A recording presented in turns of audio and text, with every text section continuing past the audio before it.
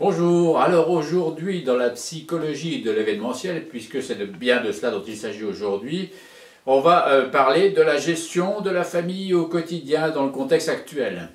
Eh bien effectivement, il faut savoir que, en particulier au tout début, on est dans une période de transition. Et les périodes de transition sont toujours un petit peu compliquées. Alors tout ça va s'améliorer par la suite, mais au début, période de transition compliquée. Pourquoi les périodes de transition sont-elles compliquées? Parce qu'on passe d'une situation qu'on maîtrisait bien à une situation qu'on ne maîtrise pas encore. On la maîtrisera petit à petit et à ce moment-là, ça s'améliorera. Mais pour l'instant, on est forcément un peu plus déstabilisé qu'on ne le sera ultérieurement. Il faut le savoir dans un premier temps. Ensuite, quelques suggestions par rapport à l'organisation de la famille au quotidien.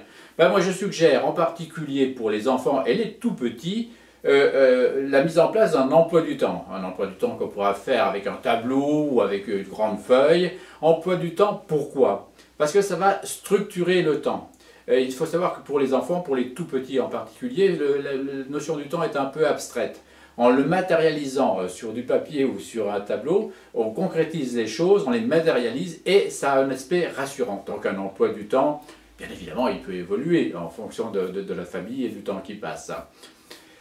Ensuite, on peut aussi décompter les jours. Là, on va passer 15 jours, on va décompter les jours, c'est le premier jour, le deuxième jour, etc.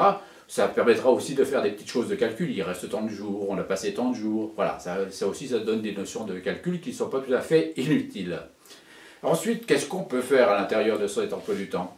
Eh bien, en dehors des activités scolaires, terme que je mets entre guillemets, ben, ça peut être aussi de la gymnastique à faire ensemble. Hein. Pourquoi pas des petits mouvements de gymnastique? Il y a plein de tutos maintenant qui permettent de faire ça ensemble. De la gymnastique.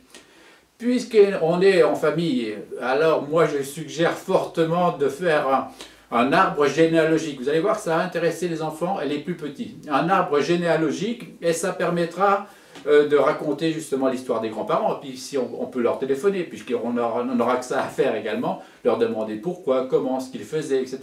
L'enfant pourra faire ça, il fera sa propre enquête sur la famille. Pour le sentiment d'appartenance dont on sait, on l'a dit aussi dans d'autres chroniques, qui est important, l'arbre généalogique, ça peut être tout à fait intéressant et passionnant pour tout le monde. Ça permet de réunir tout le monde. On peut faire également le dernier album de vacances avec les photos et qu'on tirera sur l'ordinateur et c'est sur l'imprimante. Faire l'album de photos de famille, ça aura un effet un petit peu régressif également et ça contribuera à rassurer. Alors, ce qu'il faut savoir dans la situation actuelle, le souci, le danger, ça peut être le phénomène d'angoisse interactive interférente. C'est ça qui va être le plus difficile à gérer. Puisqu'on est dans un climat un petit peu anxiogène, un petit peu anxieux, tout le monde est un peu tendu, facilement irritable, et effectivement, il n'y en aura pas un pour rassurer l'autre. C'est ça les angoisses interactives interférentes. On a fait aussi une chronique là-dessus, allez la voir si vous le souhaitez. Effectivement, dans ce cadre-là, s'il y en a un qui est anxieux et qui répond à un autre anxieux, il n'y en a pas un pour calmer l'autre et ça peut parasiter la relation et donner des conflits quelquefois un petit peu durs à gérer. Alors, si ça se passe d'une fois de temps en temps, il faut savoir que c'est normal dans le contexte actuel, mais si c'est un peu trop souvent, on va effectivement essayer de se pencher là-dessus à travers des conseils de famille en particulier.